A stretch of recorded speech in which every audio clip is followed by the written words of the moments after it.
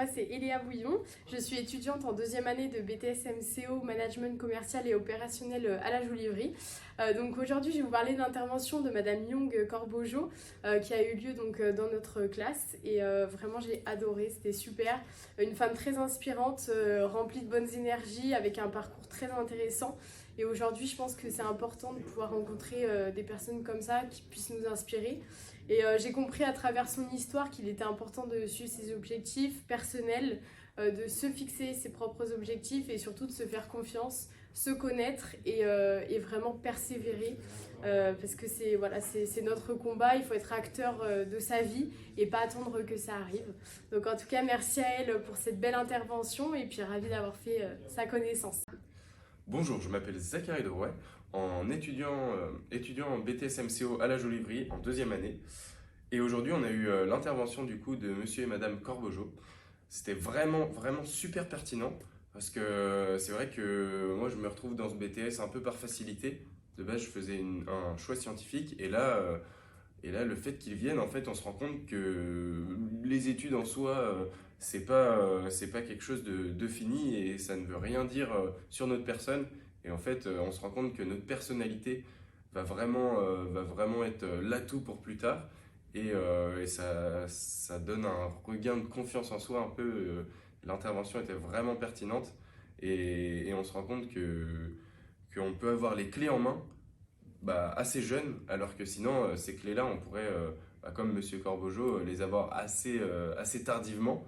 Et du coup, le fait qu'ils viennent là pour des étudiants, c'est super intéressant. Et même le fait du livre, par exemple, et d'avoir toutes les clés en main, je pense que ça peut être super intéressant. Bonjour, je m'appelle Pierre Sergent, je suis en deuxième année de BTS MCO et je vais vous parler de l'intervention de Madame Corbojo. J'ai beaucoup aimé cette intervention, ça montre un peu que même si on a des difficultés, on peut réussir dans la vie. Surtout son parcours que je trouve incroyable quand même, qui n'a vraiment pas été facile parce que la langue française est quelque chose que je trouve compliqué en étant français. Du coup, pour quelqu'un qui n'est pas français, c'est encore plus compliqué. Et on voit son évolution sur le fait qu'elle a eu des difficultés à trouver du travail et qu'elle est repartie au Vietnam, mais elle a quand même pu rebondir et continuer ses rêves, même si des gens de son entourage ne la soutenaient pas. Et ça, je trouve ça très beau et ça motive beaucoup à croire en ses rêves. Je m'appelle Mathis Béchu, je suis en BTS MCO. Donc ça serait pour parler du ressenti que suite à l'intervention de Young Corbojo. Et du coup, j'ai trouvé ça très intéressant, très inspirant, que ça soit justement un parcours assez atypique, vu que c'est un parcours du coup d'expatriés pour les études et pour le travail. Et très inspirant justement, et que ça montre que tout est globalement possible, peu importe les domaines, la barrière de langue, si on en veut d'une certaine manière, si on a la motivation et la volonté. Et vraiment inspirant, c'est ce que je note en mots, ce qui me revient en tête.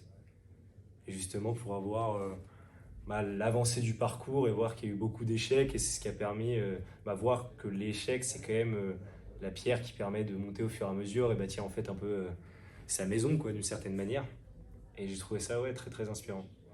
Et à la suite, la deuxième intervention était très intéressante aussi, plus justement dans le concret expliqué de comment réussir en trouvant son potentiel.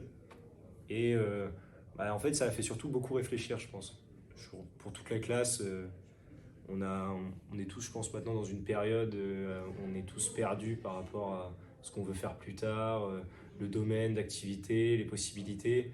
Et on est vraiment dans un système, comme a dit Monsieur Corbojo et Madame Corbojo, qu'on est dans un système qui fait que on nous met dans vraiment un parcours qui n'est pas forcément adapté à nous, sans que nous-mêmes on se pose la question et on n'a pas forcément les clés. Et j'ai trouvé que là c'était justement quelque chose qui nous a apporté la possibilité de trouver le moyen de réussir.